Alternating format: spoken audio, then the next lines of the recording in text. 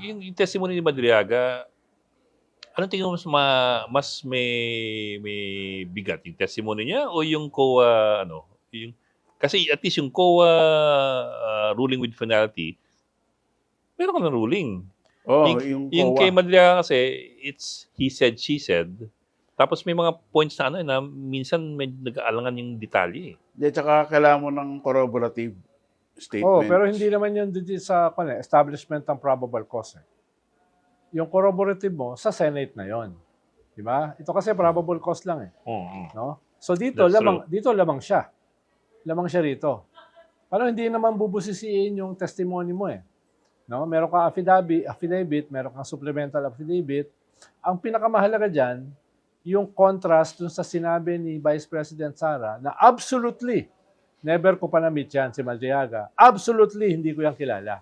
Yun yung na-burst ang bubble ni Oo, Madriaga. kasi may mga pictures eh. May mga video. Oo. Ngayon yung iba doon, whether sinabi daw ni Digong na bakla si Baste, no? Yung mga iba doon, Tsaka no? mahina sa klase si Sara. Oo. Mga kwan yun eh, mga hindi na yung relevant do sa kaso, no? Pero ang tanong diyan, yung mga usapin ng pondo na galing sa drug lord, pogo lords na dumaan sa kanya, no? Na nagamit ni Sara dun sa kanyang kampanya noong 2022, nitong 2025 para sa kanyang mga kaalyado. So yun yung aakyat sa Senado. Yun yung kinakailangan ng corroboration. Pero offhand kasi, masyadong specific yung alam niya. At hindi siya tumitingin sa sa affidavit. Hindi siya kumukonsulta sa abogado. Hindi tulad ni Cotesa. Hindi katulad ng 18. Si Gutesa. Or si Gutesa. Ito, Oo. tuloy-tuloy eh. Tuloy-tuloy.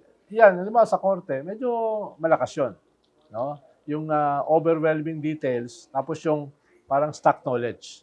No? Pero that also makes him prone to making errors eh. And you know, mas mabubutasan siya. For example, yung sinasabi niya na pinakuha ko sa akin ng pera mula sa bangko sa isang mall sa Lubao. Ginawa ko simple. Ginugol ko. Meron bang malaking mall sa Lubao na may bangko? Wala. Merong dalawang family mart type na na supermarket, o if you might call it that, pero walang ganung Correct, pero depende yan kung ano yung ibig niya sabihin. Halimbawa, yung painting. Diba? Yung painting. Totoo naman na nagkamali siya na iba yung gumawa nito. Pero totoo rin na meron din siyang painting, yung estudyante sinasabi niya. Na halos pareho. So may ibang painting nga. Na halos pareho. Napakita no? naman yun. So, yes, detalyado yan. Pero pwede mo i-explain away.